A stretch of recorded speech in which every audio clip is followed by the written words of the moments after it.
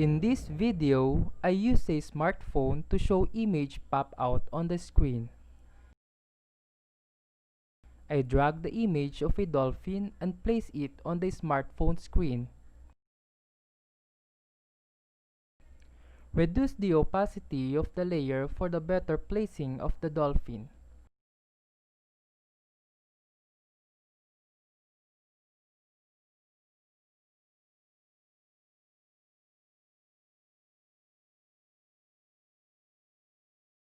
Next, select the pen tool and draw a line to the dolphin's edges.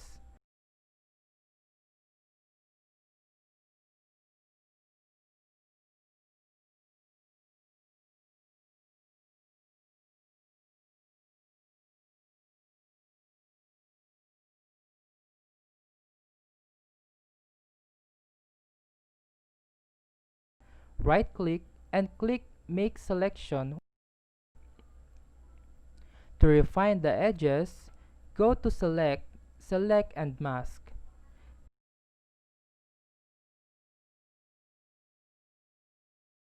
Next is to set the view on layers, and now adjust the smooth, feather, or radius to refine or clean the edges.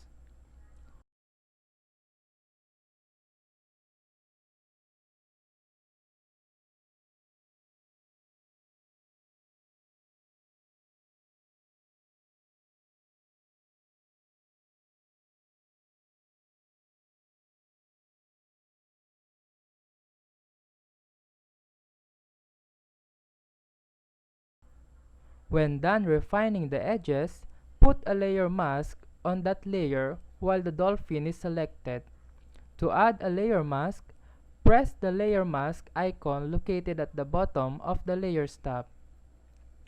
Next, duplicate the layer by pressing Ctrl+J and select the duplicate layer mask on the right side and press Ctrl+I to invert.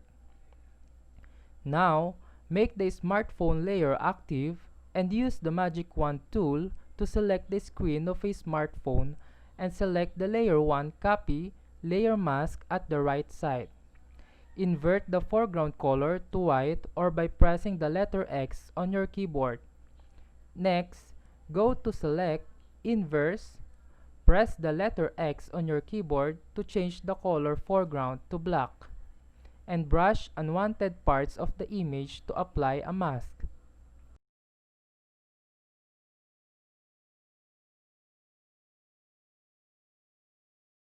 Select Layer 1 mask at the right side and make sure the foreground color is black. Now, brush the cut parts of a dolphin. Double-click the layer mask of Layer 1 mask to refine the edges.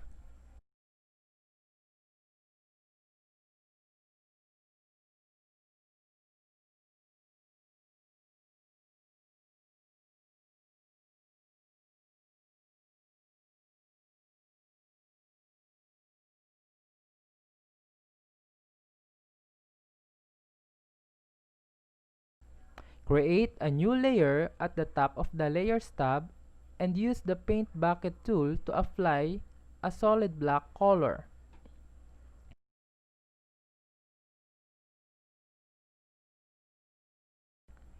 Go to Filter, Render, and select Lens Flare.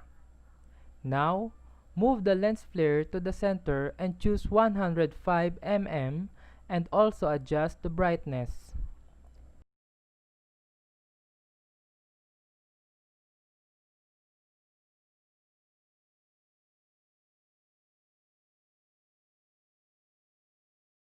Select the Blend mode in Layers tab and change Normal mode to Screen mode.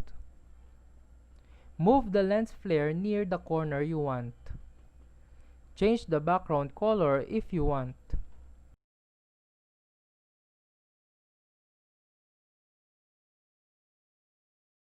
To make it more realistic, enhance the color by adjusting in the Adjustment tab. In this video, I apply Hue Saturation.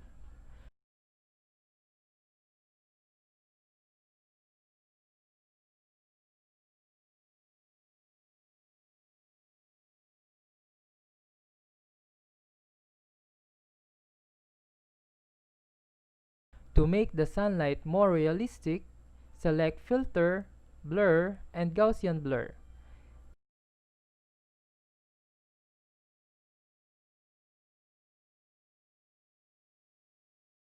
Adjust the radius to 7.8.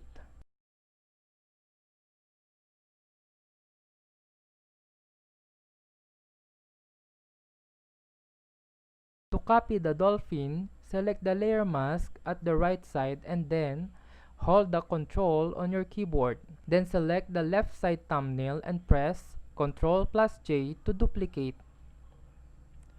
To make a shadow, change the dolphin image to solid color black and press Ctrl+T to transform.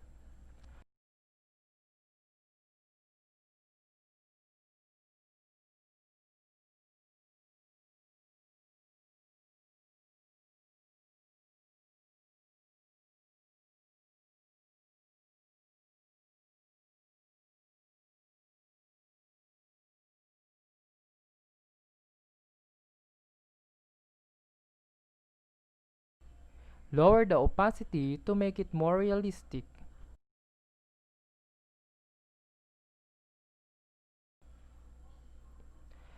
Use the eraser tool and choose Smooth Edges to give a faded effect in the shadow. Apply a blur effect in the shadow, go to Filter, Blur, Gaussian Blur, and adjust the radius.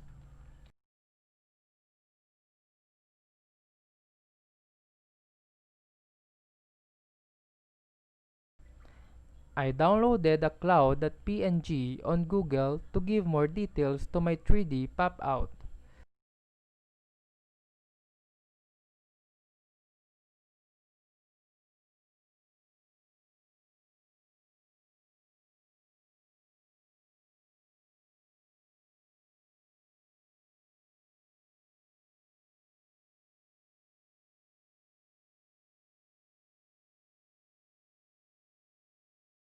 To finalize, adjust the color to make it more realistic.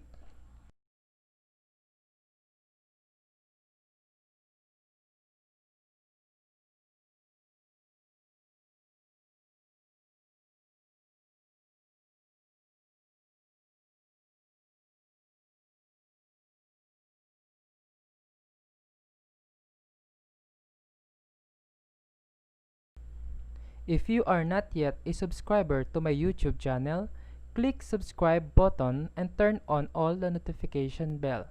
This will give me the courage to do more video tutorial. Thanks for watching.